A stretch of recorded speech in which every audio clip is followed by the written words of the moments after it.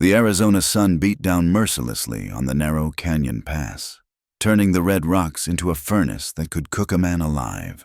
Boone Carter pressed his back against the shade of a boulder, his Winchester rifle steady in his hands. 3 days of tracking had led him here, to this God-forsaken stretch of desert where even the buzzards seemed too tired to circle. Travis Harper was close. Boone could smell the fear sweat on the wind, mixed with the acrid scent of gunpowder from their earlier exchange. The outlaw had winged him good back at Coyote Creek, but Boone had returned the favor, judging by the blood trail leading into the canyon.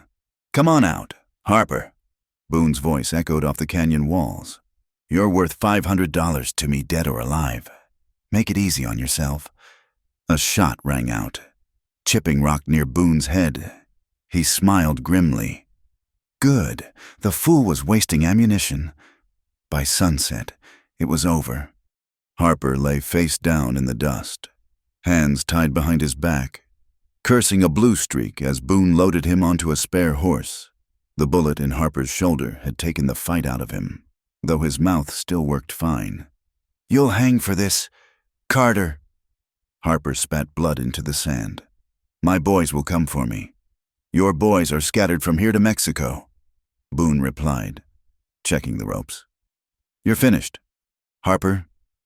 The nearest town with a marshal was 3 days' ride, but Cedar Junction lay just a day south. It wasn't much, a way station for travelers, a few ramshackle buildings, and a saloon, but it would do for a night's rest and resupply.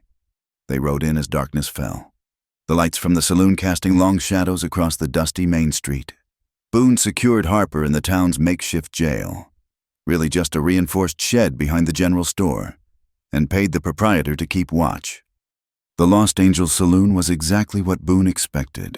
Rough planks for a floor, watered-down whiskey, and the stench of unwashed bodies. He found a corner table where he could watch the door and ordered a meal and a bottle. That's when he saw her. She moved between the tables with practiced grace, balancing a tray of drinks while dodging the grasping hands of drunken cowhands. Her auburn hair was pinned up, revealing a slender neck marked with old bruises. When she turned toward the bar, Boone caught sight of her face, beautiful despite the weariness in her green eyes, with high cheekbones and full lips set in a permanent frown. "Evelyn, get over here with that whiskey." The barkeep, a greasy man with pockmarked skin, bellowed across the room. She hurried over, and Boone watched as the barkeep grabbed her wrist, yanking her close to hiss something in her ear. Her face paled, but she nodded and pulled away. Boone had seen plenty of saloon girls in his time. Most were there by choice, making the best of limited options. But something about this one was different. The way she moved, the educated way she spoke to customers. She didn't belong here. "Another bottle," he called when she passed near his table. She approached cautiously, like a deer ready to bolt. Up close, he could see the intelligence in her eyes, the defiance barely contained beneath her servile demeanor. "Coming right up, mister," she said, her voice cultured despite the rough surroundings. When she returned with the bottle, Boone placed a silver dollar on the table. "Keep the change." She stared at the coin like it might bite her. "That's too much, sir. Bottle only costs 2 bits. I know what it costs." He studied her face. "You're not from around here." "Neither are you." There was steel in her voice now, a flash of the person beneath the servant's mask. "Name's Carter. I brought in a prisoner, Travis Harper." The bottle slipped from her hands, shattering on the floor. The entire saloon turned to look as she dropped to her knees, frantically trying to clean up the glass with her bare hands. "You clumsy witch!" The barkeep stormed over, raising his hand. Boone stood, his hand moving to his Colt. "The lady had an accident. No harm done." The barkeep's eyes narrowed, taking in Boone's weathered duster, the tied-down holster, the cold gray eyes that had seen too much killing. He lowered his hand. "Clean it up," he snarled at the girl. "And that's coming out of your pay." Boone helped her to her feet, noting the cuts on her palms from the glass. "You're Harper's kin." It wasn't a question. The resemblance was there now that he looked. The same sharp features, the same stubborn chin. "His sister," she whispered. "Is he alive for now?" She closed her eyes, and he couldn't tell if it was relief or disappointment that crossed her face. Later, after the saloon had emptied and the barkeep had retired to his rooms, Boone found her outside, sitting on the wooden steps. The desert night had turned cold, and she hugged a thin shawl around her shoulders. "I need to see him," she said without looking up. "Can't do that. Please." She turned to face him, and in the moonlight, he could see tears tracking down her cheeks. "He's all the family I have left." Boone had rules: no complications, no entanglements. Get the job done and move on. But something about this woman made him hesitate. 5 minutes, he heard himself saying. "That's all." The jail was dark and smelled of sweat and fear. Harper looked up as they entered, his face lighting up at the sight of his sister. "Evie, what are you doing here?" "Same as always. Travis, cleaning up your messes." Her voice was bitter now. "How bad is it this time?" "I'll figure something out. I always do." "No," she said firmly. "Not this time. You killed those men in Tucson. There's no talking your way out of this." Boone watched the exchange with interest. This wasn't the reunion he'd expected. "You could help me," Harper said, his eyes sliding to Boone. "Distract him, and I'll—" "Stop." Evelyn's voice was ice. "I won't be part of your schemes anymore. You owe me, Evie, after everything I've done for you." "Everything you've done," she laughed, but there was no humor in it. "You mean selling me to Garrett to pay your gambling debts? Leaving me here to rot while you played outlaw?" Harper's face darkened. "You watch your tongue, girl." "Time's up," Boone said, taking Evelyn's arm. Outside, she was shaking. Boone found himself wanting to comfort her, a feeling he quickly suppressed. "I need proof of capture to collect the bounty," he said instead. "Papers from a judge or marshal. That means keeping him secure for at least 3 more days." "What's that got to do with me?" "He's slippery. Escaped from 2 jails already." "I need insurance he won't rabbit on me again." She stiffened. "I'm not helping you." "Not asking you to. But Harper values his hide above everything else. Everything except maybe his sister." The words tasted bitter. But Boone had learned long ago that sentiment was a luxury he couldn't afford. "You come with me until I get my money. Call it collateral. You can't be serious. Dead serious. Either you come willing, or I tell the sheriff in Tucson about the saloon girl who's been hiding Travis Harper's stolen goods." It was a bluff. He had no idea if she'd hidden anything, but he saw the truth of it in her eyes. I never... She stopped, shoulders slumping in defeat. 3 days, maybe 4. Then you're free to go wherever you want. She looked back at the saloon, at the life of drudgery and abuse that waited for her there. Then she looked at Boone, weighing her options. "I'll need to get my things." 5 minutes. I'll be watching the door." She returned with a small carpet bag and wearing a traveling dress that had seen better days. The barkeep would raise hell in the morning when he found her gone, but that was his problem. They left Cedar Junction before dawn, Evelyn on Boone's spare mount, heading north toward his camp in the Dragoon Mountains. She rode well, he noted, better than most women he'd known.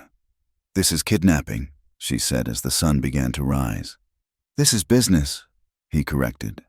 "Your brother's worth $500 to me. That's more than I make in 6 months of honest work." "Honest work?" She laughed bitterly. "Is that what you call hunting men like animals? I call it justice. Your brother killed 3 men in Tucson, shot them in the back over a card game. You don't know him like I do. He wasn't always—" She trailed off, lost in some memory. They rode in silence after that, the desert gradually giving way to scrub pine and juniper as they climbed into the mountains. Boone's camp was an old line shack, abandoned by whatever ranch had once run cattle through these hills. It was defensible, with water nearby and a clear view of the approaches. "Home sweet home," he said, dismounting. Evelyn looked around at the rough cabin, the corral, the vast emptiness stretching in every direction. "You live here?" When I need to, it's quiet, private. He began unsaddling the horses. You can have the cabin. I'll bed down outside. Very gentlemanly for a kidnapper. I told you, this is business, nothing personal. But as she walked past him into the cabin, catching her scent of lavender soap and desert dust, Boone wondered if he was lying to himself. He'd taken plenty of prisoners over the years, used whatever leverage he could find. This felt different, though he couldn't say why. Inside, Evelyn surveyed her temporary prison. It was sparse but clean. A narrow bed, a table, a few shelves with supplies, a rifle rack on the wall. Empty now.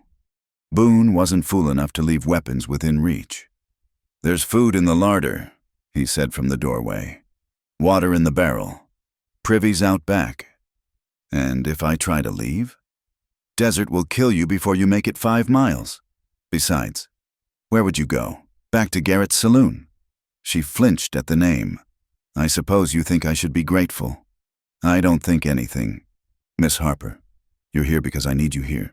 When I don't, you'll be free to go. He turned to leave, but her voice stopped him. Evelyn, she said quietly. My name is Evelyn, and despite what you might think, Mr. Carter, I'm not my brother. I've never had a choice in any of this. Boone looked back at her, standing there in the doorway of his cabin, proud despite her circumstances. For a moment, he felt something shift inside him, some wall he'd built starting to crack. Get some rest, he said gruffly. It's going to be a long few days.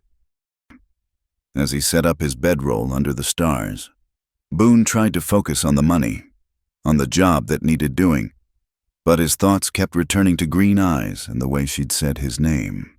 He'd been alone so long he'd forgotten what it felt like to want something besides the next bounty, the next trail. This was going to be a problem. He could feel it in his bones, the way he could feel a storm coming across the desert. Evelyn Harper was trouble he didn't need and couldn't afford. But as sleep finally took him, Boone found himself looking forward to morning, to seeing what those green eyes looked like in the light of a new day. The storm came without warning on their 3rd day in the mountains. Boone had seen the signs, the way the horses grew restless, the peculiar stillness in the air, but he'd thought they had more time. He was wrong. The temperature plummeted as dark clouds rolled in from the north, bringing winds that howled through the pine trees like wounded animals. Within hours, snow began to fall, thick and heavy, transforming the autumn landscape into a white wasteland. Evelyn had been quiet since their arrival, keeping to herself in the cabin, preparing simple meals without complaint. She'd fallen into a routine of sorts, cooking, cleaning, reading the few books Boone kept on the shelf. He'd expected resistance, maybe even an escape attempt, but she seemed resigned to her temporary captivity. Now, as the storm intensified, Boone rushed to secure the horses in the lean-to shelter, piling extra hay and checking their blankets. The wind cut through his coat like a knife, and he knew this was no ordinary early winter squall. This was a full-blown blizzard. "Get inside," he shouted to Evelyn, who had come to the cabin door. "This is going to be bad." They barely made it back before the storm hit with full force. The cabin shook under the assault, wind screaming through every gap in the logs. Boone stuffed rags into the cracks and built up the fire, but the cold was relentless. "How long will it last?" Evelyn asked, wrapping a blanket around her shoulders. "Could be days." He didn't sugarcoat it. "We've got food and firewood, but we need to be careful with both." By nightfall, the temperature inside the cabin had dropped dangerously low despite the roaring fire. Evelyn sat as close to the flames as she dared, but Boone could see her shivering. Her lips had taken on a bluish tinge that worried him. "Here," he said, pulling another blanket from the chest. "You need to stay warm." "I'm fine," she stammered through chattering teeth. "No, you're not." He wrapped the blanket around her, his hands lingering perhaps a moment too long on her shoulders. "City living makes the blood thin. You're not used to this kind of cold, and I suppose you are." There was a hint of her usual fire, which he took as a good sign. "Spent a winter trapped in the Rockies once. Learned real quick how to survive." He added another log to the fire. Key is to keep moving, keep the blood flowing. But as the hours passed, Evelyn's condition worsened. She began to sway where she sat, her eyes growing glassy. When she tried to stand, she collapsed, barely conscious. Boone caught her before she hit the floor, alarmed at how cold her skin felt. He carried her to the bed, piling every blanket he could find on top of her, but she continued to shiver violently. "Evelyn," he said, patting her cheek. "Stay with me. Open your eyes." She mumbled something incoherent, turning into the pillow.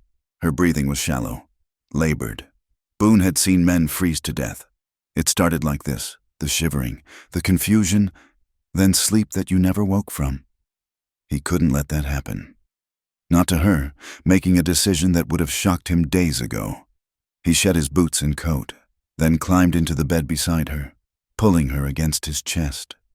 Body heat was the fastest way to warm someone. Even if it meant crossing lines he'd drawn. "Just warming you up," he said, though she was past hearing. Nothing improper. She felt like ice against him. But gradually, as the night wore on, her shivering eased. He held her close, one arm around her waist, feeling her heartbeat slowly strengthen.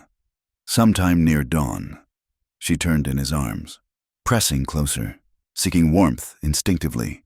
"Don't leave me," she whispered, still caught in whatever dreams fever brought. "Please, I can't. Not again."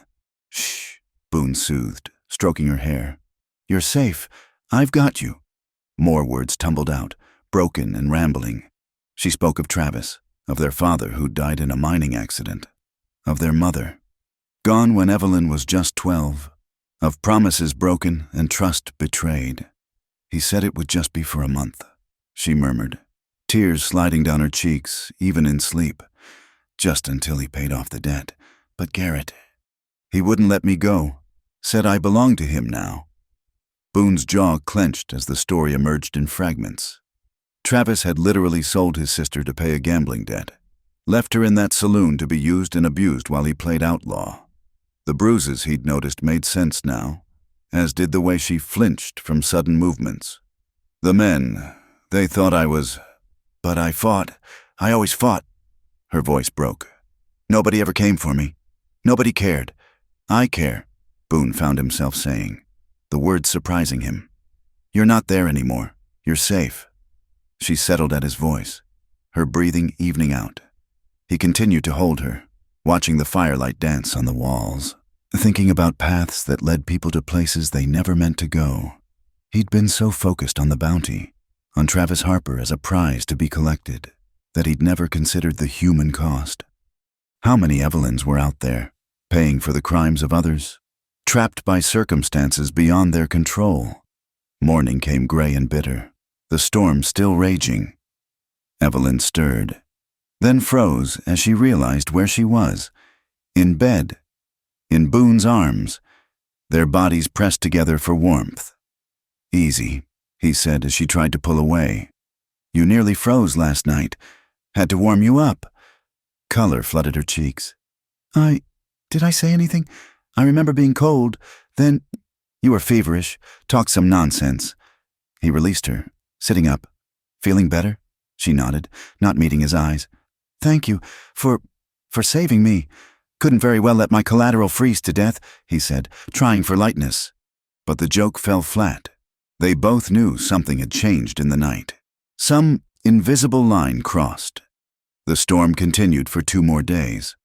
They fell into a different rhythm now, the forced intimacy of the cabin creating an unexpected companionship.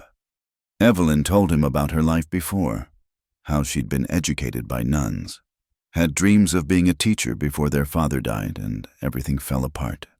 "Travis wasn't always bad," she said one evening as they shared a simple meal. "He was protective once, caring, but after Papa died, something broke in him. He started drinking, gambling, making promises he couldn't keep. That's no excuse for what he did to you." "No," she agreed quietly. "But he's still my brother, the only family I have left." Boone understood family loyalty, even when it wasn't deserved. His own brother Samuel had been wild, reckless, always skirting the edge of the law, until the day he'd stolen a horse on a dare and been hanged for it. No trial, no mercy. Just frontier justice, swift and final. My brother died for a horse, he found himself saying. Stupid kid prank. But the rancher wanted an example made. I watched them string him up. Couldn't do anything to stop it. Evelyn reached across the table, covering his hand with hers. How old was he? 17. I was 20. Thought I was tough, but I couldn't save him. He turned his hand, interlacing their fingers. That's when I started hunting bounties. Figured if the law was going to be that hard, that final, it better be right. Every man I bring in, I make sure they're guilty. Really guilty. And Travis? He killed those men. Evelyn, no doubt about it. She nodded, tears in her eyes. I know. I've always known what he was capable of. I just kept hoping. Hope's a dangerous thing out here. Then what keeps you going? He looked at their joined hands, at the way the firelight caught in her hair. Used to be justice, making sure the right people paid for their crimes. Lately. He stopped, unable or unwilling to finish the thought. Lately? She prompted. Lately? I don't know. Maybe I'm getting old. Going soft. She smiled. The first real smile he'd seen from her. I don't think you're soft. Boone Carter, I think you're just human. That night, the storm finally broke. They could hear it moving off, the wind dying down, the snow turning to gentle flurries. Tomorrow, they'd be able to dig out, check on the horses, maybe even make it to town if the roads were passable. But tonight, they sat by the fire, sharing stories and silences, pretending the world beyond the cabin didn't exist. When Evelyn dozed off in her chair, Boone carried her to the bed again, tucking the blankets around her. Boone, she murmured, half asleep. Yeah? I'm glad it was you. If someone had to, I'm glad it was you. He didn't know what to say to that, so he just brushed a strand of hair from her face and let her sleep. But he sat up long into the night, watching her, wondering how a job that started so simple had become so complicated. In the morning, they'd have to face reality again. Travis would still be a killer. Boone would still be a bounty hunter. And Evelyn would still be caught between them. But for now, in the dying firelight with snow falling softly outside, he allowed himself to imagine a different life, one where he could be the kind of man who deserved a woman like her. It was foolish, he knew, dangerous, even. But as he finally made his way to his bedroll by the fire, Boone realized he was in trouble. The kind of trouble that $500 couldn't fix and all the bounties in Arizona couldn't cure. He was falling for Evelyn Harper, and there wasn't a damn thing he could do about it. The rider came at dawn, pushing his horse hard through the snow-covered trail. Boone saw him from the ridge where he'd gone to check his trap lines. And something in the urgent way the man rode set off every alarm in his head. By the time Boone made it back to the cabin, the rider was already there, talking to Evelyn on the porch. It was Jake Morrison from Cedar Junction, his face grim under his frost-covered beard. "Carter," Jake called out as Boone approached. "Got news you need to hear. That prisoner of yours, Travis Harper, he's gone." The words hit Boone like a physical blow. "What do you mean? Gone?" "Broke out 2 nights ago during the storm. Killed the man I had watching him. Took his horse and guns. Sheriff's got a posse out looking, but with this weather—" Jake shook his head. "Trail's colder than a well-digger's grave." Boone felt his temper rising. Hot and dangerous. $500, gone. Weeks of tracking, wasted. But worse than that was the creeping suspicion that began to take hold as he looked at Evelyn. She stood frozen on the porch, her face pale but unreadable. "Did he have help?" Boone asked, his voice deceptively calm. "Don't know. Could've. That lock was picked clean, professional-like." Jake glanced between them.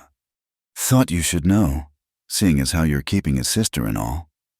After Jake left, the silence stretched taut as a bowstring. Evelyn started to speak, but Boone cut her off with a gesture. "Inside," he ordered. She obeyed, and he followed, closing the door with deliberate control. His mind raced through the past few days, her compliance, her stories, the way she'd gotten close to him. Had it all been an act? Boone, Did you know? His voice was low, dangerous. Did you know he was planning this? How could I know? I've been here with you. That's not what I asked. He stepped closer, backing her against the table. Your brother's smart, but not smart enough to pick locks. Someone taught him. Or someone helped him. Which is it? Fire flashed in her eyes. You think I had something to do with this? How? When? I nearly froze to death in that storm. Convenient, wasn't it? Getting me to let my guard down. Making me care. Making you care? She laughed bitterly. Is that what you think this was? Some elaborate scheme to free Travis? You think I wanted you to hold me, to tell me about your brother, to... She broke off, shaking her head. You're a fool. Boone Carter. Am I? Your brother's free, and I'm out $500. Seems like someone played me for a fool. The only person playing you for a fool is yourself. Tears streamed down her face now, but her voice remained steady. I told you Travis and I weren't close. I told you what he did to me. But you want to believe I'm just like him because it's easier, isn't it? Easier than admitting you might actually feel something. He grabbed her wrists, not hard enough to hurt, but firm enough to hold her. I don't feel anything. This was business. Liar. The word was soft, almost gentle. You're scared. Big, tough bounty hunter. Scared of a woman.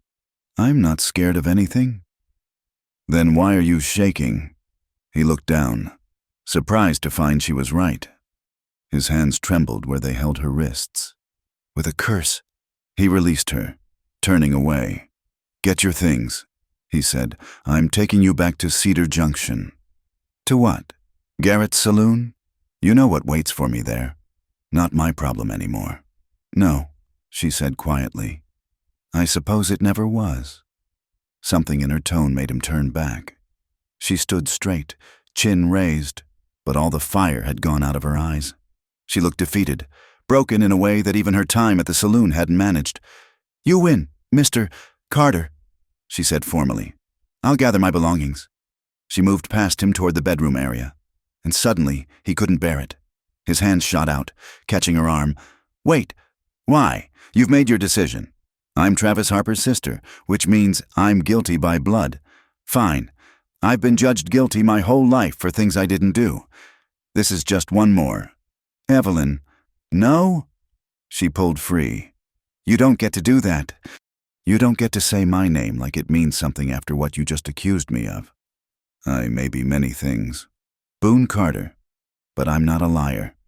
Everything I told you, everything that happened between us, was real.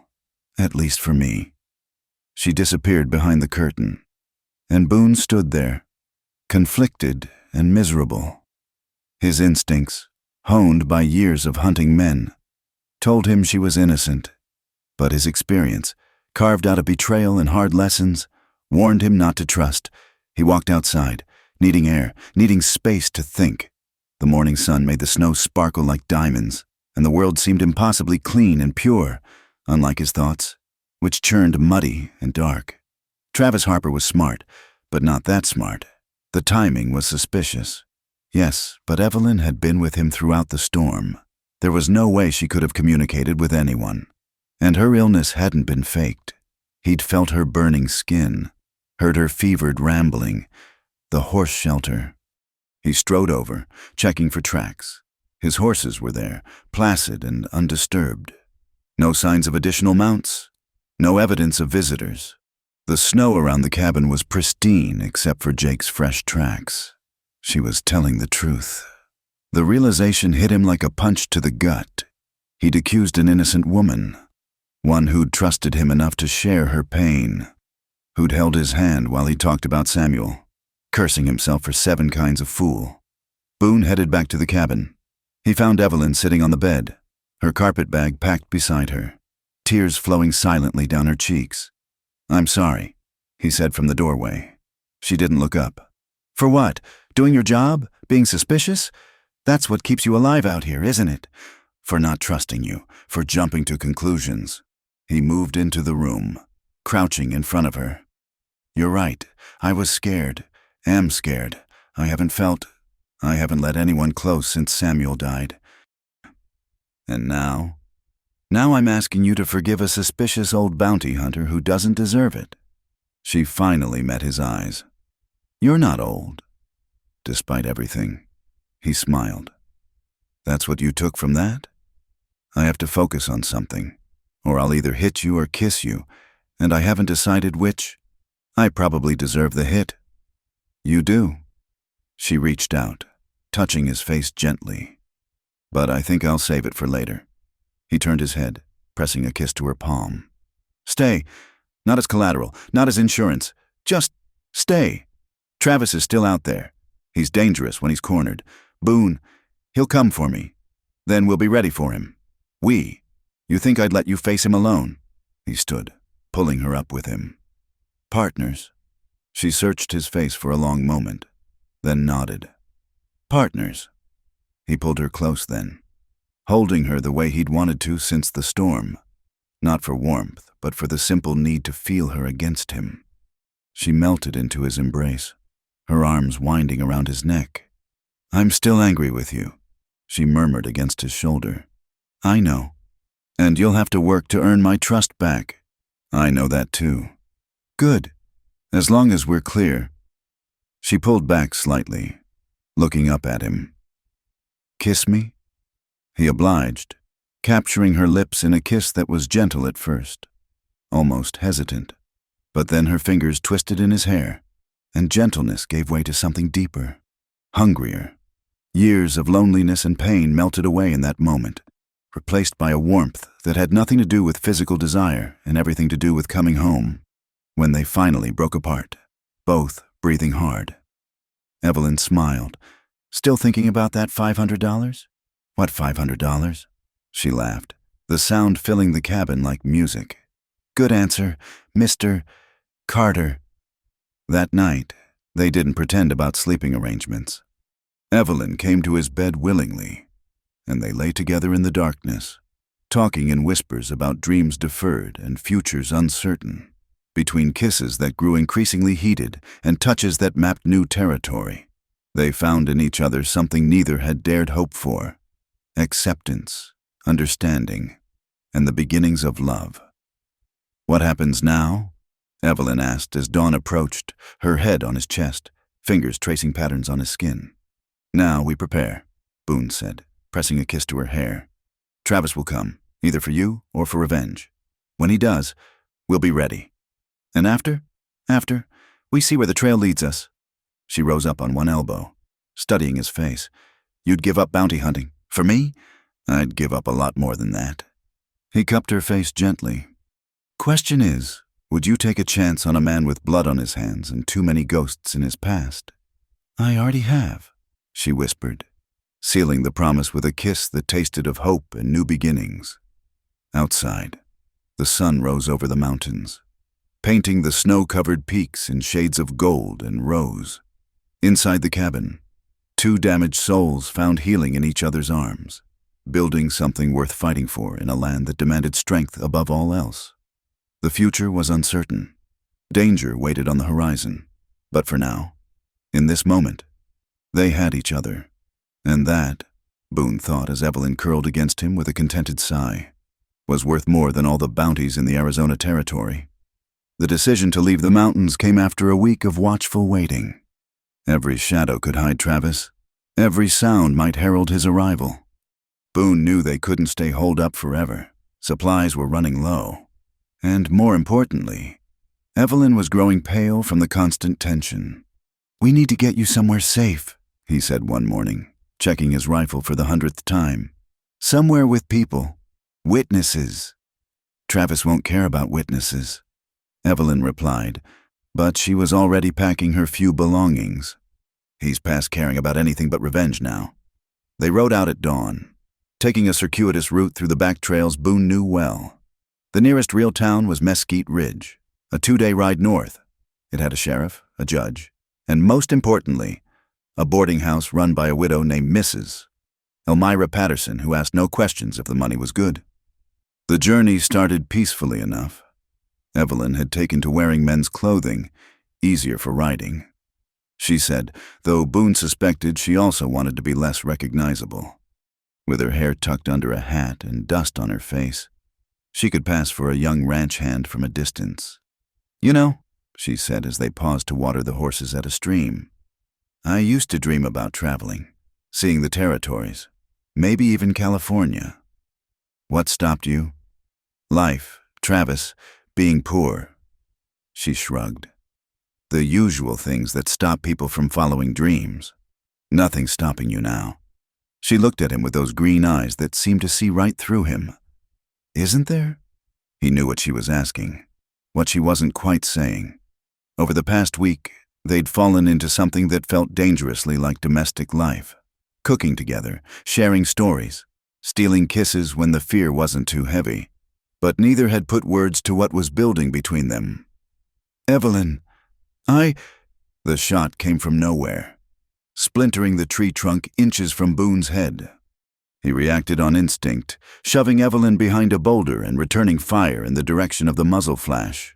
"Well, well," a voice called from the rocks above. The great Boone Carter, caught with his guard down. "Getting soft in your old age?" Boone recognized the voice. Jack Holloway, one of Travis's running mates. Which meant, "Surround them, boys!" Another voice. From the opposite side of the trail. They were boxed in. "How many?" Evelyn whispered, her face pale but determined. "3, maybe 4. Boone handed her his backup pistol. "You remember what I taught you?" She nodded, checking the cylinder like he'd shown her. "Point and squeeze. Don't jerk the trigger. That's my girl." Another shot rang out. Then another. Boone counted muzzle flashes. 4 shooters. Positioned to cover all escape routes. Professional work. Travis had sent his best. "Carter," Holloway again. "Send out the girl, and we might let you ride away. Our business ain't with you." "Go to hell," Boone called back. Then lower to Evelyn. "When I start shooting, you run for those trees. Don't stop, don't look back. I'm not leaving you. Damn it, woman, this isn't the time to be stubborn." "Then stop trying to be noble." She gripped the pistol with both hands. "Partners. Remember?" Before he could argue, she rose up and fired 3 quick shots at the rocks, then ducked back down. Return fire chipped stone all around them. But Boone heard cursing. She'd come close to hitting someone. "Nice shooting," he admitted. "I had a good teacher." The gunfight that followed was fierce but brief. Boone had survived too many ambushes to be taken easily, and Evelyn proved surprisingly steady under fire. When Holloway made the mistake of trying to flank them, Boone put a bullet through his shoulder, sending him tumbling down the hillside. That broke the other's nerve. Within minutes, the surviving bushwhackers were fleeing on horseback, leaving Holloway groaning in the dust. Boone approached carefully, gun trained on the wounded man. "Where's Travis?" "Go to hell," Holloway spat, clutching his bleeding shoulder. "Wrong answer." Boone pressed his boot against the wound, making Holloway scream. "I'll ask again. Where's Travis?" "Mesquite Ridge." Holloway gasped. "He's got men there, waiting. Knew you'd head that way eventually." Evelyn appeared at Boone's side. "Is he telling the truth?" Holloway's eyes widened. "Miss Evelyn, you're riding with this bastard. Travis said you were a hostage. Travis says a lot of things." Her voice was cold. "Most of them lies. He's your brother." "Not anymore." She turned to Boone. "We can't go to Mesquite Ridge." "No," Boone agreed. "But I know someone who might help. If we can get to Fort Buchanan, the Army won't care about civilian troubles," Holloway interrupted, laughing despite his pain. "Travis has friends everywhere. You can't run far enough, fast enough. He'll find you." Boone hauled Holloway to his feet. "Then maybe it's time to stop running." They tied Holloway to his horse and sent him back toward Cedar Junction. He'd survive, probably, and his failure would send a message to Travis. The hunted were done being prey. "You have a plan?" Evelyn asked as they mounted up again. "Half of one. There's an old friend in Tombstone, Ben McKenna. Used to be a marshal before he lost his badge for being too honest. He might know people who can help." Tombstone is 4 days' ride. 3 if we push hard.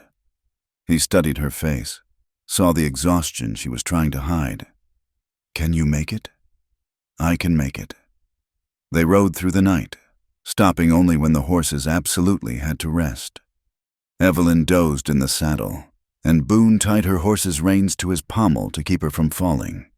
The second night, they sheltered in a box canyon, building no fire, eating cold biscuit and jerky. Tell me about your friend, Evelyn said, huddled against him for warmth. Can we trust him? Ben saved my life once, took a bullet meant for me during a bank robbery. I'd trust him with anything. Even with me? He tightened his arms around her. I wouldn't trust anyone with you, but Ben's the closest thing to family I've got left. She was quiet for a moment. What about me? You're not family. Evelyn. He felt her stiffen and quickly continued. Family's what you're born with. Can't choose. You're something I chose, something I want to keep choosing, every day, if you'll let me. She turned in his arms, barely visible in the starlight. That sounded almost like a proposal. Mr. Carter. Maybe it was. Would that be so bad? A bounty hunter's wife, always looking over my shoulder, wondering if today's the day some outlaw's kin comes calling? She touched his face gently. Ask me again when this is over. When Travis is dealt with and we're both still breathing. I'll hold you to that. I hope you do. They reached the outskirts of Tombstone on the third night, exhausted and dust-covered. The town was bigger than Boone remembered, swollen with silver miners and the businesses that followed them. Allen Street was lit up like daylight, saloons and gambling halls spilling music and laughter into the night. Quite a place, Evelyn murmured, taking in the spectacle. Too much place, if you ask me, but Ben lives on the quiet side. Boone guided them through back streets to a modest adobe house near the edge of town. Light showed in the windows, and smoke rose from the chimney. Boone knocked. 3 short, 2 long. An old signal. Footsteps approached, and the door opened to reveal a grizzled man with sharp eyes and a lawman's careful manner. Boone Carter, Ben McKenna said, a smile creasing his weathered face. Was wondering when you'd turn up on my doorstep again. His eyes shifted to Evelyn. And with company, I see. Ben, meet Evelyn Harper. Evelyn, this is the second best lawman in Arizona. Only second best, Ben chuckled. Come in, both of you. You look like you've been rode hard and put up wet. Inside, the house was warm and comfortable. Ben's wife Maria fussed over them, providing hot food and coffee, while Ben and Boone talked quietly in the corner. Travis Harper's sister. Ben whistled low. You do like complications, don't you? It's not like that. Boone struggled for words. I can see what you are, Ben said kindly. Question is, what are you going to do about Travis? Man's got a reputation for vindictiveness. That's why we're here. I need information. Who's he running with? Where he might hole up? And maybe, Boone hesitated, maybe some backup when the time comes. Ben was quiet for a long moment, studying his old friend. You're not just hunting a bounty anymore, are you? No, this is personal now. For her? Boone glanced at Evelyn, who was helping Maria clear the dishes despite the woman's protests. For her, for me, for the chance at something I didn't think I'd ever have. Then you've got my help, Ben said simply. Whatever you need, as if summoned by their conversation. Evelyn approached. Mr. McKenna, thank you for your hospitality, but I need to know, will helping us put you and Maria in danger? Ben smiled at her direct manner. Ma'am, I spent 20 years wearing a badge in towns a lot rougher than this. A little danger don't bother me much. He looked between her and Boone. Besides, any woman who can put that look in Boone Carter's eyes is worth a little risk. Evelyn blushed, but her voice was steady. Then let's discuss how to end this. I'm tired of running, tired of Travis's shadow following me everywhere. It's time to face him. That's dangerous talk, Boone warned. Maybe, but you said it yourself. We can't run forever. She lifted her chin in that way he'd come to love. I won't let fear rule my life anymore. Not of Travis, not of the future. I want to be free. Boone, free to choose my own path, free to accept certain proposals, should they be offered again. Boone reached for her hand, and she met him halfway, their fingers intertwining. Then we make our stand. Together. Together, she agreed. Ben cleared his throat. Well then, let me tell you what I know about Travis Harper's current whereabouts. This might get interesting. As they huddled around Ben's kitchen table, making plans and sharing intelligence, Boone felt something he hadn't experienced in years. Hope, not just for survival, but for an actual future. A future with Evelyn by his side, free from the shadows of the past. It wouldn't be easy. Travis was dangerous, desperate, and had nothing left to lose. But looking at Evelyn's determined face in the lamplight, Boone knew they had something Travis didn't, something worth fighting for. The confrontation was coming. But for tonight, they were safe, among friends, planning for a tomorrow they both wanted to see. And that, Boone thought as Evelyn squeezed his hand under the table, was already more than he'd dared dream of. They stayed with Ben and Maria for 3 days, gathering information and making preparations. Ben's contacts throughout the territory painted a clear picture. Travis had assembled a gang of desperate men, promising them shares of a non-existent fortune he claimed to have hidden. He was last seen near Benson, a railroad town east of Tombstone. He's getting reckless, Ben observed over breakfast on the 3rd morning. Making too much noise, leaving too many witnesses. Man running scared makes mistakes. He knows I'm with Boone now. Evelyn said quietly, in his mind, that's the ultimate betrayal. Travis always saw me as his property, something he could trade or discard as needed. Boone's jaw tightened at her words, but he kept his voice level. Then we use that. His anger will make him sloppy. That afternoon, while Ben was out gathering more intelligence, Evelyn found Boone in the small stable behind the house, tending to their horses. She watched him work for a moment, admiring the gentle way he handled the animals despite his rough exterior. Teach me, she said suddenly. He looked up, confused. Teach you what? Everything. How to track, how to survive, how to fight properly. She entered the stable, determination written on her face. I'm tired of being protected. If we're truly partners, I need to be able to hold my own. Evelyn, don't. She held up a hand. Don't tell me it's too dangerous or that you'll handle everything. I've been helpless my whole life. Boone, dependent on others, used by others. No more. He studied her for a long moment, then nodded. All right, we'll start with the basics. They spent the rest of the afternoon in the yard behind Ben's house. Boone taught her how to read sign, how to move quietly, how to draw and fire in one smooth motion. She was a quick study, focused and determined. You're holding your breath when you aim, he corrected, standing behind her, adjusting her stance. Breathe normally. Squeeze on the exhale.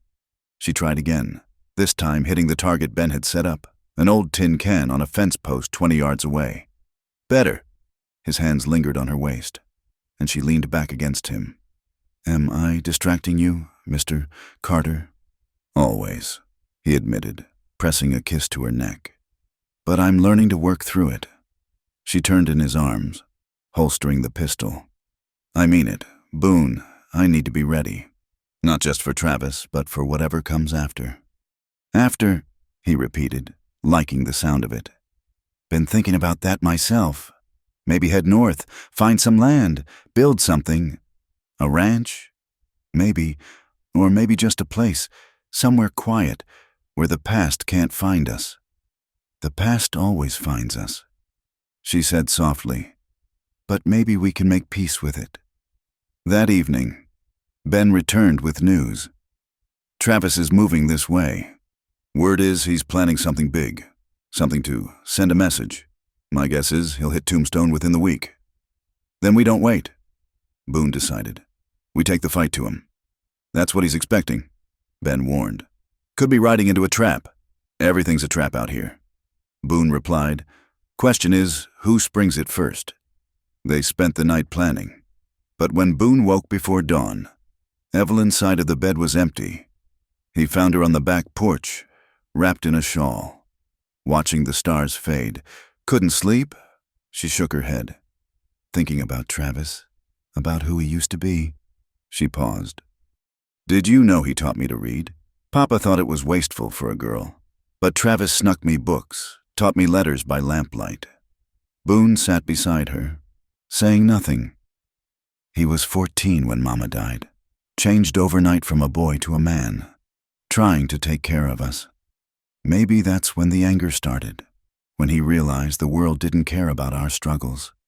You're not responsible for his choices. Evelyn, I know, but understanding them, that's different. She looked at him. When this is over, will you regret not getting your bounty? Only thing I'd regret is losing you. She smiled sadly. You might still, tomorrow, if things go wrong. He silenced her with a kiss, pouring all his feelings into it. Love, fear, determination, hope. When they parted, both were breathless. Nothing's going wrong, he said firmly. We're going to face your brother, end this, and then start that after we keep talking about. Promise? I promise. They set out at first light, Boone, Evelyn, and Ben, along with 2 deputies Ben trusted. The plan was simple. Confront Travis before he reached Tombstone, away from innocent bystanders. Ben's information suggested Travis would camp at Sulphur Springs, a known outlaw stopover. The ride was tense, everyone checking weapons and watching the horizon. Evelyn rode between Boone and Ben, wearing men's clothing again, her hair braided and hidden. She carried the pistol Boone had given her and a rifle across her saddle. You sure about this? Ben asked Boone quietly when they stopped to water the horses. She shouldn't have to face him.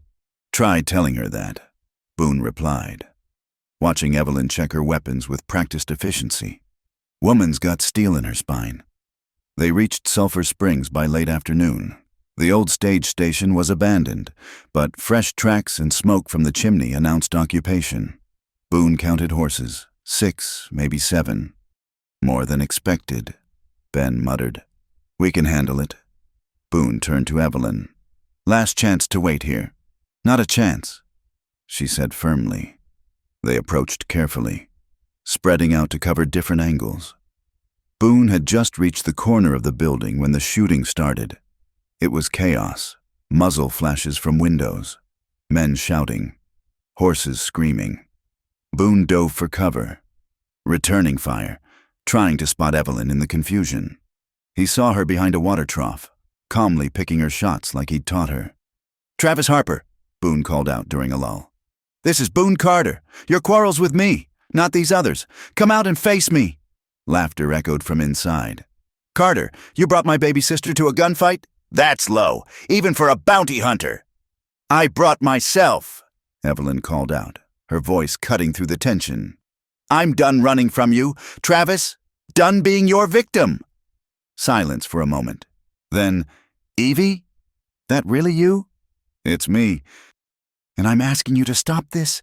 Too many people have died already. He turned you against me. Travis's voice cracked with rage. My own sister, riding with the man hunting me. You turned me against you, Evelyn replied, when you sold me to pay your debts, when you chose your outlaw life over family. I'm not your property. Travis, I never was. The shooting resumed, fiercer than before. One of Ben's deputies went down, clutching his leg. Ben dragged him to safety, while Boone and the other deputy kept up covering fire. Then, suddenly, Travis made his move. He burst from the building, guns blazing, heading straight for Evelyn. Boone saw it happening as if in slow motion, Travis raising his pistol, Evelyn frozen in his sights. Boone didn't think, just acted. He launched himself from cover, putting himself between Travis and Evelyn. The bullet meant for her caught him in the shoulder, spinning him around. He heard Evelyn scream his name as he fell. Through the pain, he saw Evelyn rise from cover, her own pistol steady in her hands. Drop it, Travis. Travis hesitated, his gun wavering between the wounded Boone and his sister. Evie, You don't understand. I understand everything. Tears streamed down her face, but her aim never faltered. You're my brother, and I love you, but I won't let you hurt anyone else. It ends here. You'd choose him over blood? I'm choosing myself, she said simply. For the first time in my life. Travis's face contorted with rage and pain. He started to raise his gun toward her. 3 shots rang out simultaneously. Travis jerked, looking down at the spreading red stain on his chest. His gun fell from nerveless fingers as he dropped to his knees. Evie, he whispered, suddenly sounding like the boy who'd taught her to read. She ran to him, catching him as he fell. I'm here, Travis, I'm here. I'm sorry, he gasped. Should have protected you better. Shh, she soothed, cradling his head in her lap. It's all right. Rest now. Travis Harper died as the sun set, his sister holding him, forgetting all his sins in those final moments. Evelyn stayed with him until Ben gently pulled her away, covering Travis's body with a blanket. Boone, despite his wound, struggled to Evelyn's side. She fell into his arms, sobbing, for the brother she'd lost long before today, for the choices that led them here, for the terrible price of freedom. It's over, Boone murmured into her hair. You're free now. At what cost? She whispered. The cost was set long before today, Ben said quietly, joining them. Travis chose his path, you chose yours. Don't carry guilt for his decisions. They buried Travis at Sulphur Springs as the stars came out. Evelyn said a few words, remembering the boy he'd been before anger and greed consumed him. Then they rode back to Tombstone, Boone swaying in his saddle but refusing to stop until they reached Ben's house. Maria tended Boone's wound, clean through, missing anything vital. You're lucky, she pronounced. I know, Boone said, his eyes on Evelyn, who sat quietly by the window. Later, when they were alone, Evelyn came to sit on the bed beside him. You took that bullet for me. I'd take a dozen more. Please don't. She managed a weak smile. I've had enough of gunfights and blood, enough of the past trying to kill our future. What do you want now? She considered the question carefully. Peace, a place to belong. Maybe that ranch you mentioned, somewhere green and quiet. She looked at him. Think we can find that? Together? I think we can find anything. She leaned down to kiss him, gentle and sweet. Then let's start looking. Tomorrow. Tomorrow, he agreed, pulling her down beside him, holding her close despite his wounded shoulder. Outside, Tombstone continued its raucous existence, but inside Ben's quiet house, 2 souls found comfort in each other. The past was buried with Travis Harper at Sulphur Springs. The future stretched ahead, uncertain but no longer fearsome. They'd paid the price for freedom in blood and tears. Now, finally, they could begin to live. Spring came early to the mountains that year, melting the snow and bringing wildflowers to meadows that had been white and barren just weeks before. Boone's shoulder had healed well, leaving only a scar that Evelyn sometimes traced with gentle fingers when they lay together in the quiet hours before dawn. They'd left Tombstone a month after Travis's death, heading north as they'd planned. Ben had pressed money into Boone's hands. Back pay for all the times you saved my hide. And Maria had filled their saddlebags with provisions and tearful blessings. Now they worked side by side, building something new on a piece of land they'd found in a valley near the Colorado border. It wasn't much yet, just the foundation of a cabin and a half-finished corral. But it was theirs. Pass me that hammer. Evelyn called from her perch on what would be their roof. She'd taken to construction work with the same determination she'd shown learning to shoot, refusing to be relegated to cooking and cleaning. Boone obliged, admiring the way the sun caught in her hair, now worn loose and free. You know, most women would be content to let their man do the building. Most women didn't spend years dreaming of having their own home, she replied, driving nails with practiced efficiency. Besides, you're still favoring that shoulder. Doctor's orders. Remember? He grumbled good-naturedly but didn't argue. Truth was, He liked watching her work, liked the way she attacked each task with fierce independence. The scared saloon girl he'd first met was gone, replaced by a woman who knew her own strength. They'd been working since sunrise, and as afternoon approached, storm clouds began gathering over the peaks. Boone studied the sky with a practiced eye. "Better secure what we can.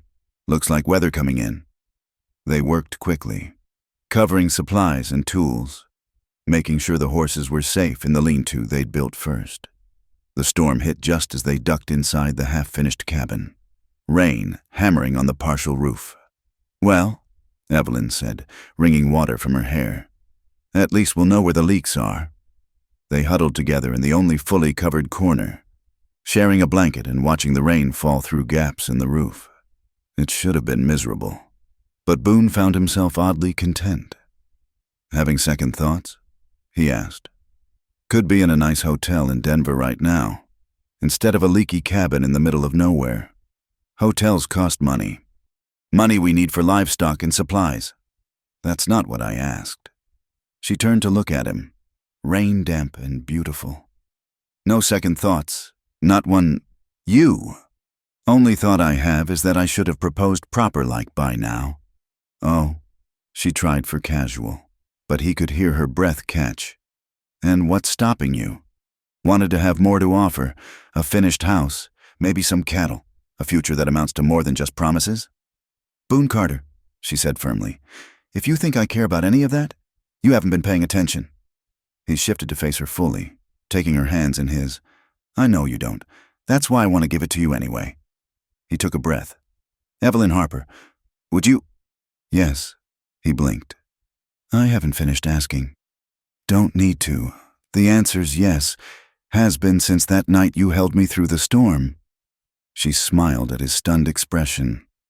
"Unless you were asking something else. Woman, you do beat all." He pulled her into his arms, kissing her soundly. "Yes, I was asking you to marry me.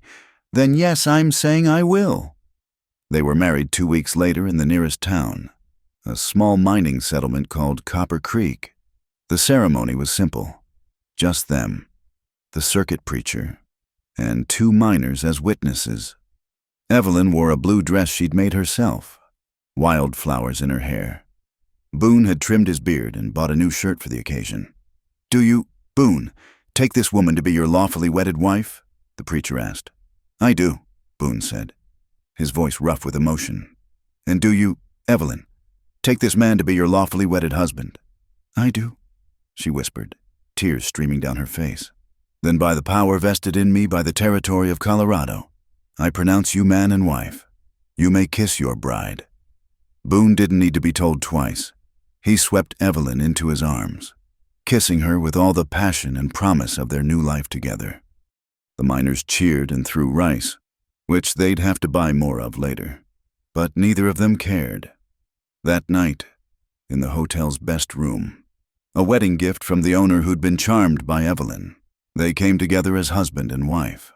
All the careful restraint of their courtship fell away, replaced by a hunger that had been building since that first night in the storm. "My wife," Boone murmured against her skin, still marveling at the words.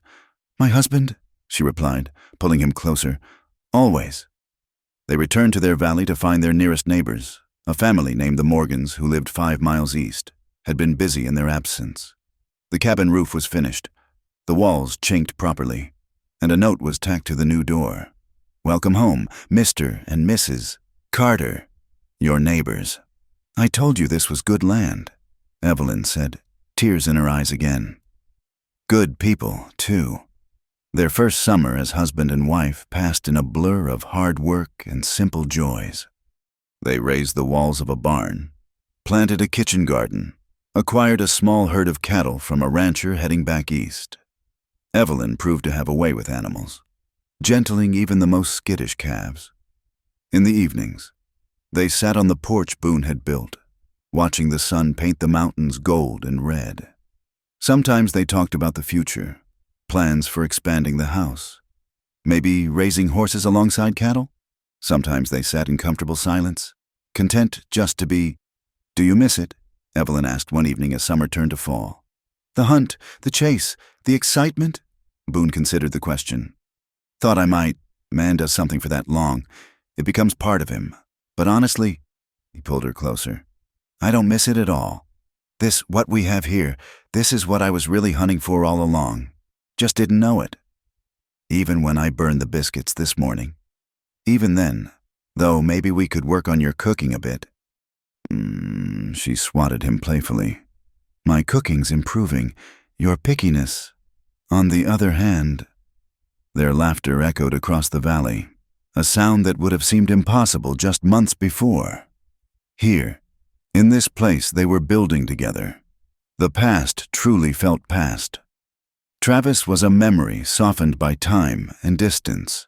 The violence and fear that had brought them together had given way to something stronger, a love built on choice, not chance.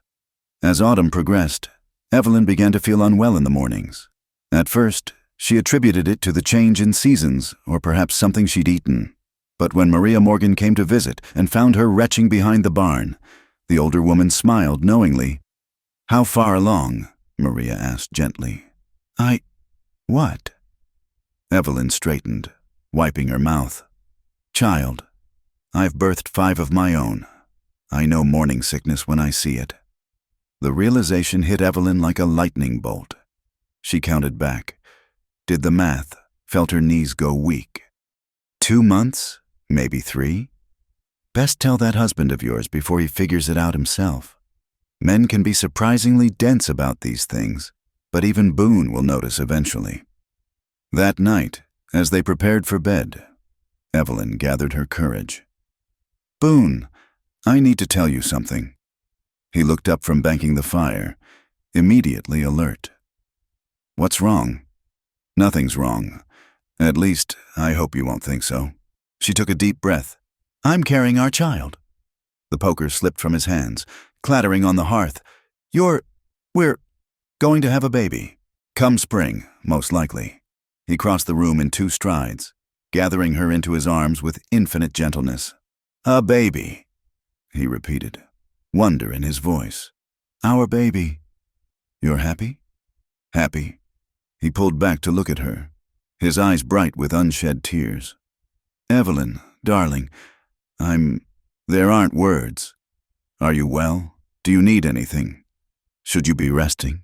She laughed, relieved by his reaction. I'm fine. We're fine, though I might need to let out some dresses soon. He placed a reverent hand on her still flat stomach. A child. Here, in this place we built. The first of many. God willing. She said softly. This land needs children's laughter. It needs their mother's laughter more, he said, kissing her tenderly. Have I told you today that I love you? Only 12 times. Not nearly enough then. Winter came early that year, but they were ready for it. The cabin was snug, the barn full of hay, the root cellar stocked with preserves Evelyn had put up with Maria's guidance.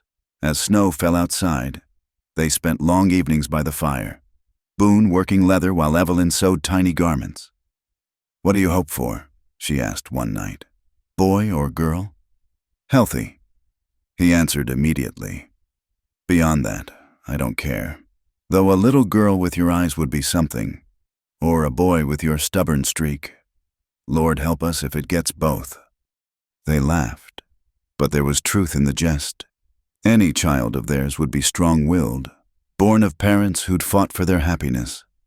As winter deepened, Boone found himself thinking often of Samuel, wishing his brother could see what he'd built.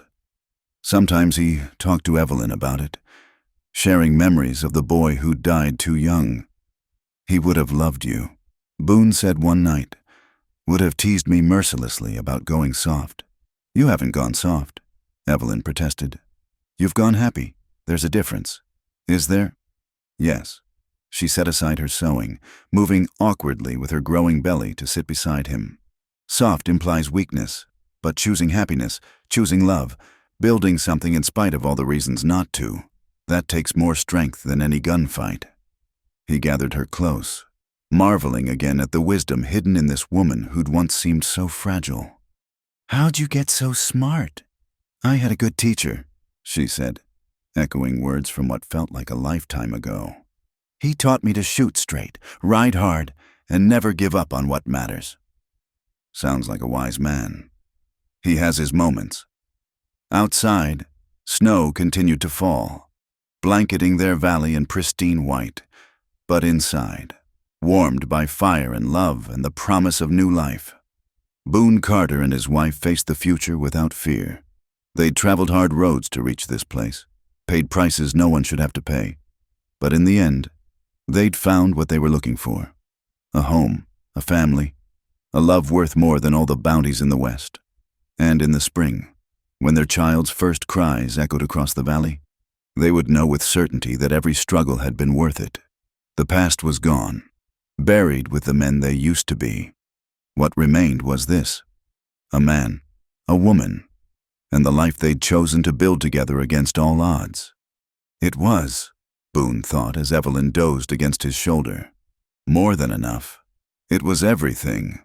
The letter came on a cold March morning, carried by a traveling merchant who detoured 5 miles to deliver it.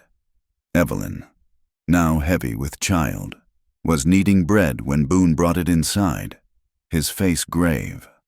"It's from Tombstone," he said, recognizing Ben McKenna's handwriting. "Addressed to both of us." Evelyn wiped her flour-covered hands, a flutter of anxiety in her chest. They'd had no word from the outside world all winter, and unexpected news rarely meant anything good. Boone broke the seal and read aloud. "Friends, I write with urgent news. There's been trouble regarding the Travis Harper matter. A federal judge in Tucson is reviewing the case.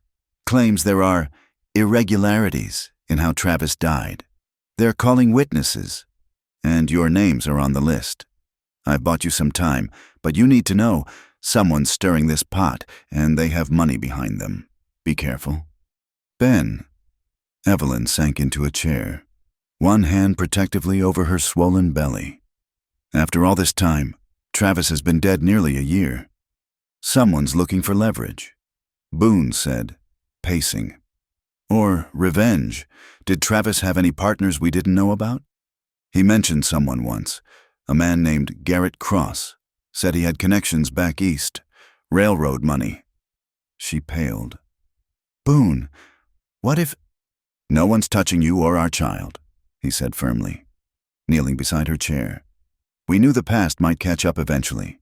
We'll face it, like we've faced everything else. But the baby, we'll have both parents to welcome it into the world. I promise you that." 3 days later, they had visitors.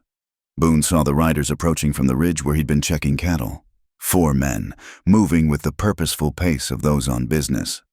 He rode hard back to the cabin, finding Evelyn hanging laundry. "Inside," he said tersely. "Company coming." She didn't argue, gathering her washing and hurrying indoors. Boone checked his weapons, then stood on the porch, rifle casual in his hands, waiting. The lead rider was a thin man in an expensive suit, clearly uncomfortable on horseback. The other 3 were hired guns. Boone could tell by their tied-down holsters and watchful eyes. "Mr. Carter?" The suited man dismounted awkwardly. "My name is Josiah Henderson, attorney at law. I represent certain interests regarding the estate of Travis Harper." "Travis didn't have an estate," Boone replied evenly, "unless you count a stolen horse and a bad reputation." Henderson's smile was oil-slick. "On the contrary, Mr. Harper was holding something in trust. You might say, something valuable that rightfully belongs to my client." "And who might your client be?" "Mr. Garrett Cross, I believe Mrs. Carter would remember him from her time in Cedar Junction." Through the window, Boone heard Evelyn's sharp intake of breath. He kept his expression neutral. "State your business, Henderson." "It's quite simple. Mr. Harper left certain documents in his sister's keeping. Maps, one might say, to locations of significant interest. We'd like them returned." "Never heard of any maps." "Perhaps Mrs. Carter's memory might be refreshed. My client authorized me to make a generous offer, $5,000 for the documents. Enough to ensure your child wants for nothing. Get off my land, Boone said quietly. Henderson's face hardened. Mr. Carter, you're making a mistake. My client is not a patient man. He's already influenced the federal judge to reopen the investigation into Travis Harper's death. Amazing what witnesses remember when properly motivated. One of the hired guns shifted in his saddle, hand drifting toward his weapon. Boone raised his rifle slightly, not quite pointing it but making his readiness clear. I said, get off my land. Don't make me repeat myself. This isn't over, Henderson said, remounting clumsily. My client gets what he wants. Mr. Carter, one way or another. After they left, Evelyn emerged from the cabin, pale but composed. I know what they want, she said. Travis gave me something before he sold me.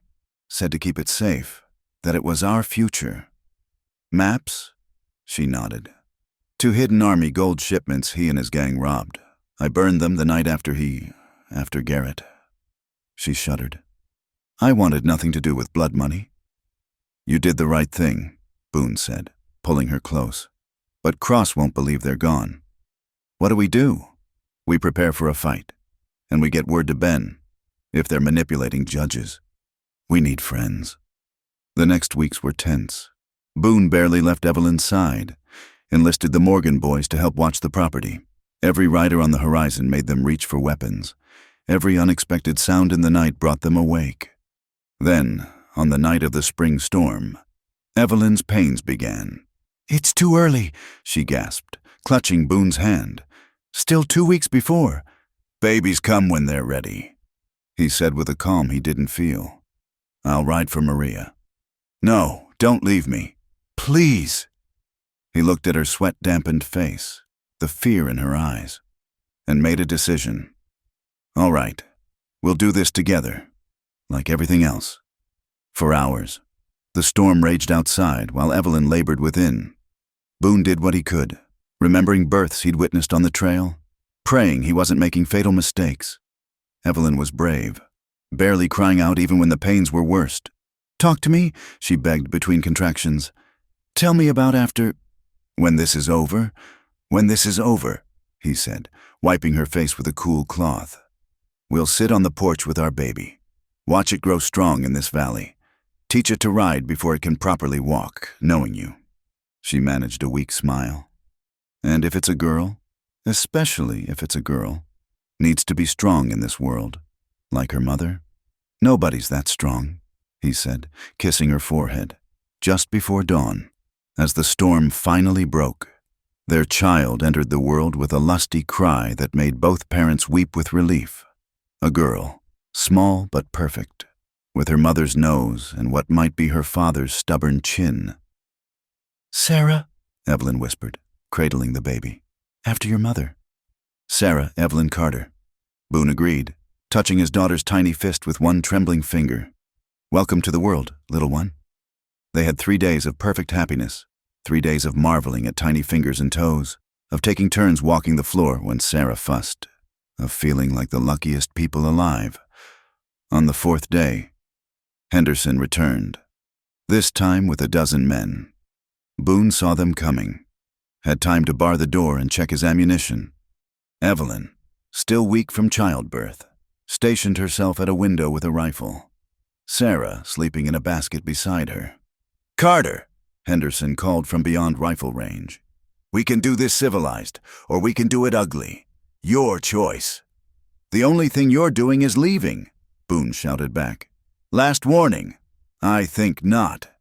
Henderson gestured, and his men spread out, surrounding the cabin.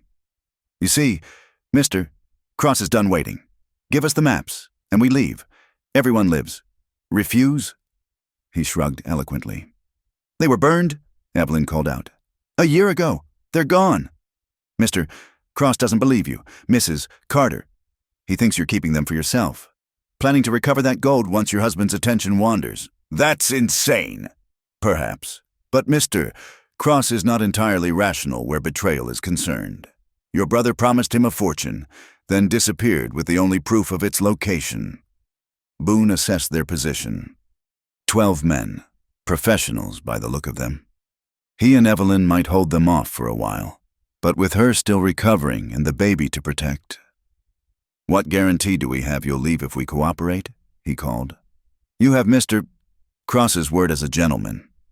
Evelyn laughed bitterly. "Garrett Cross is no gentleman. He's a monster who preys on the desperate." Something in her tone must have reached Henderson, because he paused. "You knew him well?" "Too well. He owned the saloon where Travis left me, where he made me work to pay my brother's debts. Where he—" She stopped, shaking. "I see." Henderson was quiet for a moment. "That was not in my information." "Would it matter if it was?" Boone demanded. Before Henderson could answer, riders appeared on the ridge. Lots of them. Boone's heart sank until he recognized the lead rider, Ben McKenna, accompanied by what looked like a full posse. "Federal marshals!" Ben shouted as they thundered into the valley. "Everyone hold your fire!" Henderson's men looked to their employer, uncertain. Going up against a settler was one thing. Federal law was another. "Mr. Henderson," Ben said, reining up between the two groups. "Josiah Henderson of San Francisco. You're under arrest for conspiracy, attempted extortion, and about 6 other charges I'll remember when I've had coffee." "This is outrageous. I'm an attorney." "Yeah, and I'm a deputy U.S. Marshal now." Ben showed his badge. "Funny how things change. Your client Garrett Cross was arrested yesterday for murder, robbery, and running a criminal enterprise. He's been real talkative about your involvement." Henderson went pale. "I want a lawyer." "You are a lawyer," Ben pointed out dryly. "Fat lot of good it'll do you." As the marshals rounded up Henderson and his men, Ben approached the cabin. "You folks all right?" "We are now," Boone said, finally lowering his rifle. "How did you—" "Got your letter about Cross. Did some digging. Found out he's been wanted in 3 states for various crimes. When I learned he was coming after you—" Ben shrugged. "Couldn't let that happen. Had to pull some strings. But that badge I'm wearing is real enough." From inside, Sarah began to cry. Evelyn's voice, soothing the baby, drifted through the window. "That what I think it is?" Ben asked, grinning. "Sarah Evelyn Carter," Boone said proudly. 4 days old. Well, Uncle Ben needs to meet this young lady properly, after we clear out this trash." As the sun climbed higher, the threat that had loomed over them dissipated like morning mist. Cross's conspiracy unraveled quickly, hired thugs eager to testify against him, documents proving his criminal enterprise, witnesses finally free to speak without fear. That evening, with Ben staying for supper and Sarah peaceful in her mother's arms, Evelyn asked the question that had haunted her all day. "Is it really over? All of it?" "Cross will hang or spend his life in prison," Ben assured her. "His organization is finished, and with Travis gone," he shrugged. "No one else has cause to bother you. We're free," Evelyn whispered, the words seeming to surprise her. "Truly free." Boone took her hand, careful of the baby between them. "What we've always been, since that night you chose to trust me. Just took the rest of the world a while to catch up." Later, after Ben had bedded down in the barn and Sarah was asleep in her cradle, Boone and Evelyn stood on their porch, looking out at their valley bathed in moonlight. "No more looking over our shoulders," Evelyn said softly. "No more waiting for the past to find us. Just the future." Boone agreed. "Whatever it brings. Think we're ready for it?" He wrapped his arms around her from behind, holding his whole world close. "Together, we're ready for anything." Inside, Sarah stirred, making the small sounds that preceded a demand for feeding. Evelyn turned in his arms, smiling up at him. "She's got your stubborn streak already, barely 4 days old and already knowing exactly what she wants. And your courage," Boone countered, "facing down armed men just days after bringing her into the world. We make a good team, Mr. Carter. The best Mrs. Carter." They went inside to tend their daughter, leaving the ghosts of the past outside in the darkness, in the warm cabin. filled with the ordinary magic of new life and enduring love. They began the rest of their story, one written not in violence or fear, but in the simple, daily choice to face whatever came, together.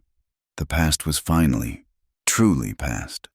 The future stretched ahead, bright with promise.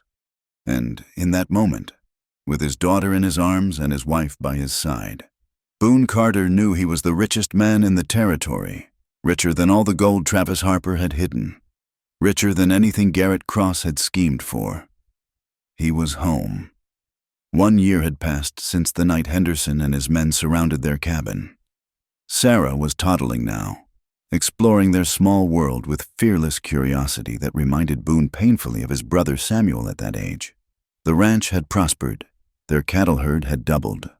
The house boasted a new room, and Evelyn had started a small school for the valley children in their barn. On this particular summer evening, Boone sat on the porch watching his daughter chase fireflies while Evelyn prepared supper. The peace was so complete it almost made him uneasy. Old habits died hard, and some part of him still waited for trouble to appear on the horizon. "Papa, look." Sarah held up her chubby hands, a firefly blinking between her cupped palms. "Gentle now," he said, kneeling beside her. "Let it go so it can find its family." She opened her hands, watching with wonder as the insect flew away.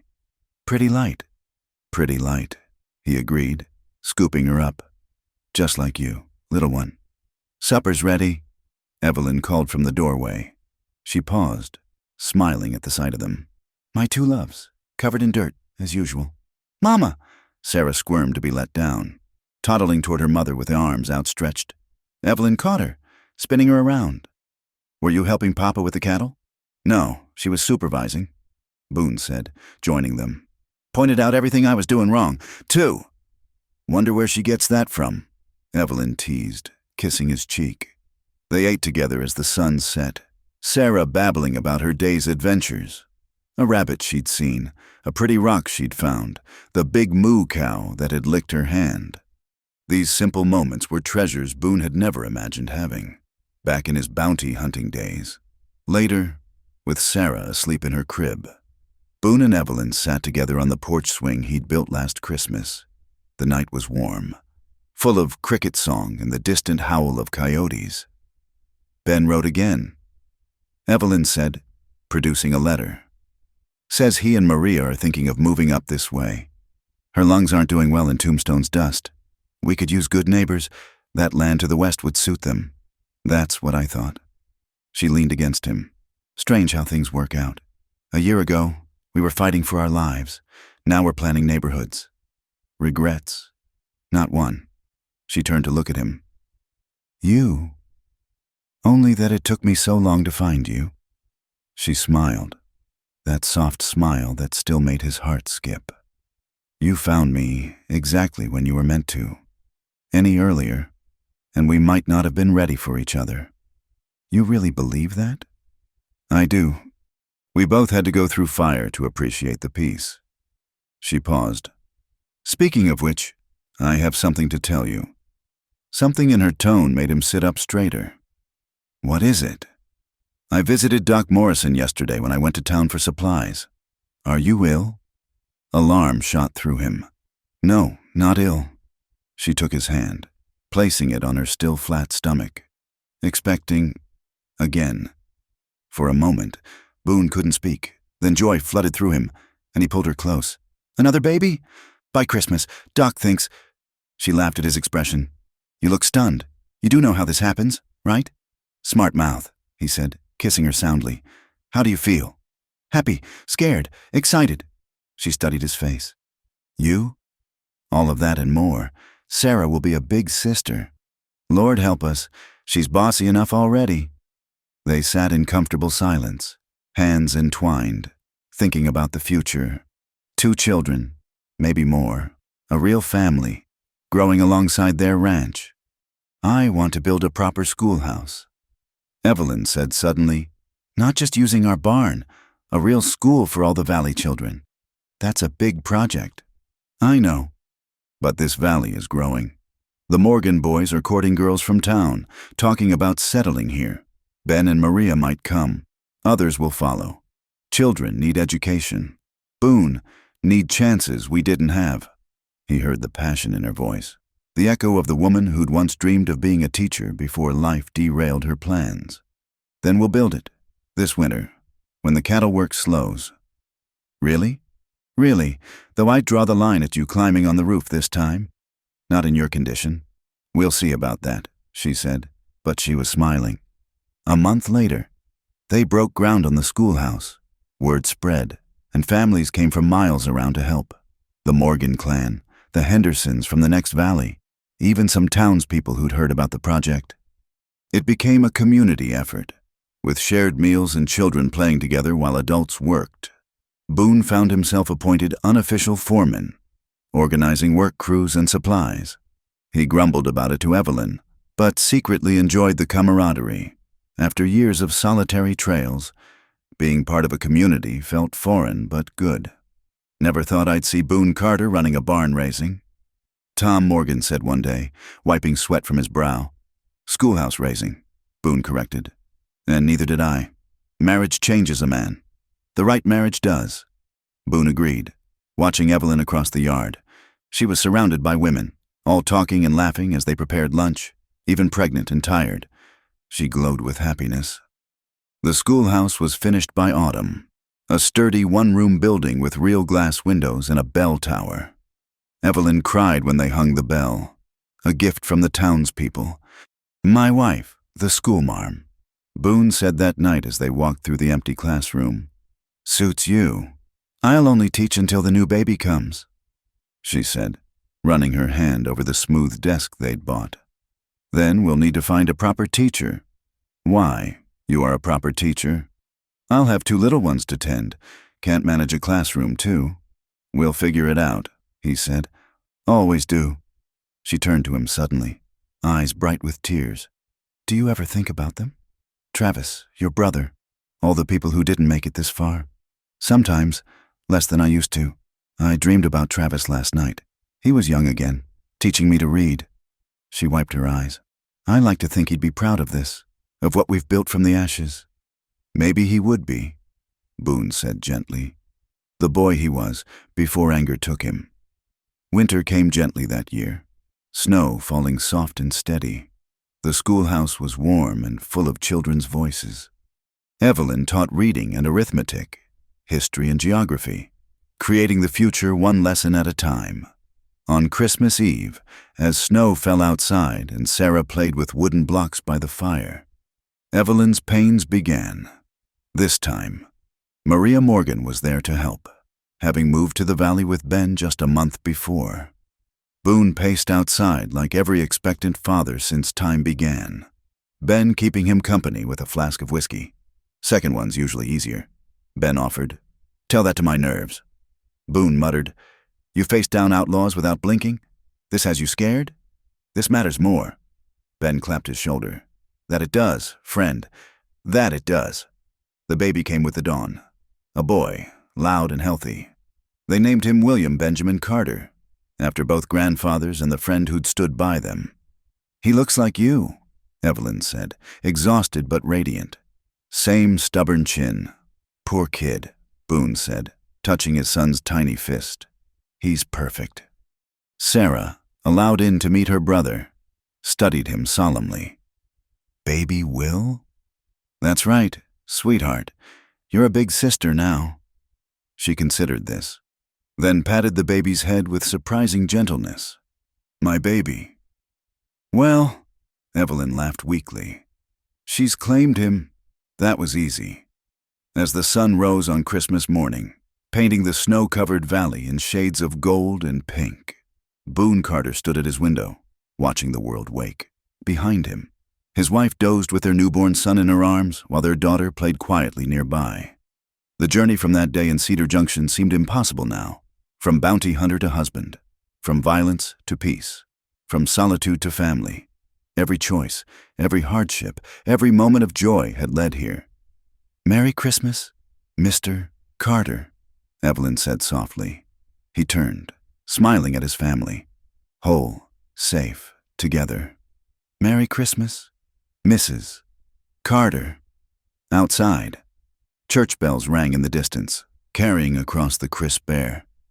But inside their home, they had already found what others searched for in prayers and hymns: redemption, love, and the grace of second chances.